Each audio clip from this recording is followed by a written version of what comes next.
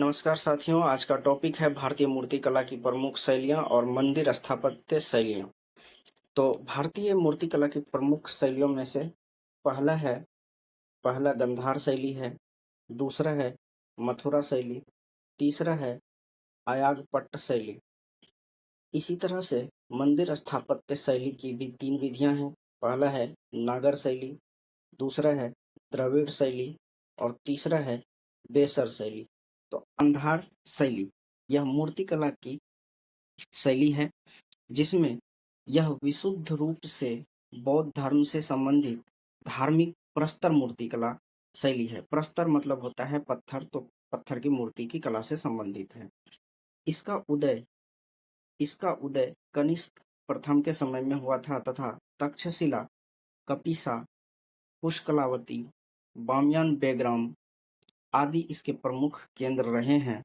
गांधार शैली में स्वात घाटी, जो अफगानिस्तान में पड़ता है, के भूरे रंग के पत्थर या काले स्लेटी पत्थर का इस्तेमाल होता था।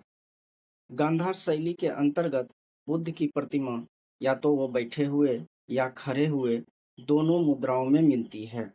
गांधार कला शैली में बुद्ध मूर्ति की जो भव्यता है उसमें भारतीय कला पर यूनानी एवं हेलेनिस्टिक प्रभाव पड़ने की बात स्पष्ट होती है।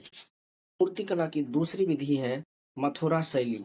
इसका संबंध इसका संबंध बौद्ध, जैन एवं हिंदू धर्म तीनों से है। मथुरा कला के मुख्य केंद्र मथुरा, तक्षशिला, अहिच्छत्र, श्रावस्ती, वाराणसी, कौशाम्बी आदि हैं। मथुरा शैली में सिकरी रूप बल, जो फतेहपुर सिकरी में है, के लाल चित्तीदार पत्थर या श्वेत चित्तीदार पत्थर का इस्तेमाल होता था। मथुरा शैली में बुद्ध प्रायः वस्त्र रहित मतलब बिना वस्त्र के, बाल विहीन मतलब बिना बाल के, मूछ विहीन मतलब बिना मूछ के, अलंकरण विहीन मतलब बिना किसी सुंदर साज सज्जा के, किंतु उनके पीछे प्रभामंडल युक्त प्रदर्शित किए गए हैं।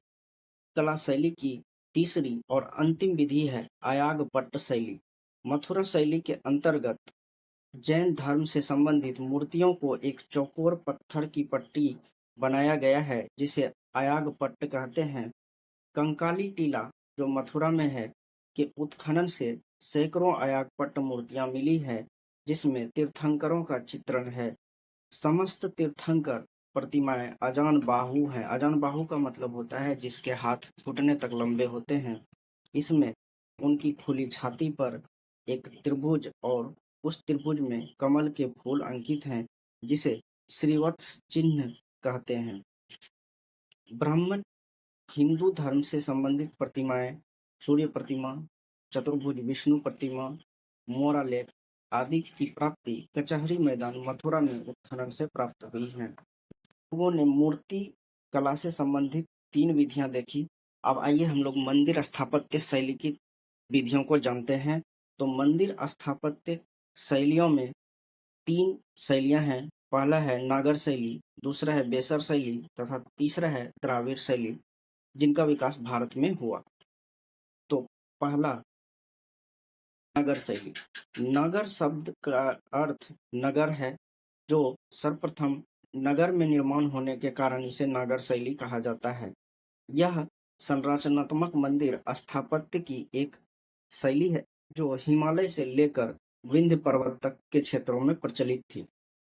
इसे 8वीं से 13वीं शताब्दी के बीच उत्तर भारत में मौजूद शासक वंशों में पर्याप्त संरक्षण दिया।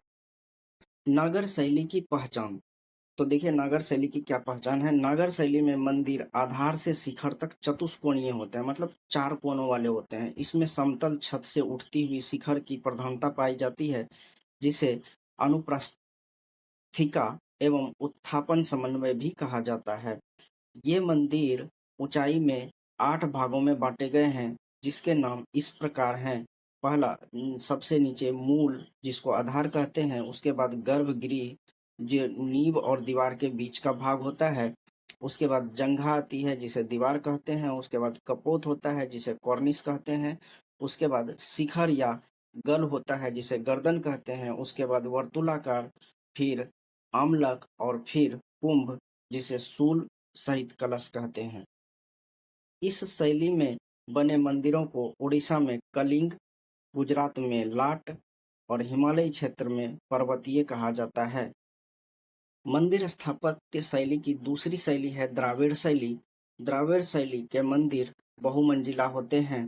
द्राविड़ शैली की पहचान है इसमें प्राकार, जिसे चार दीवारी कहते हैं, गोपुरम प्रवेश द्वार होता है, वर्गाकार या अष्टकोणीय होता है, गर्भगृह, रथ होता है, पिरामिड नुमा शिखर होता है, शिखर मंडप होता है जो नदी मंडप के रूप में होता है, विशाल संकेंद्रित प्रांगण तथा अष्टकोणीय मंदिर संरचना शामिल है। पल्लवों को द्राविड़ शैली का जनक माना जाता है। चोल काल में इसने ऊंचाइयां हासिल की तथा विजयनगर काल के बाद यह ह्रासमान हुई।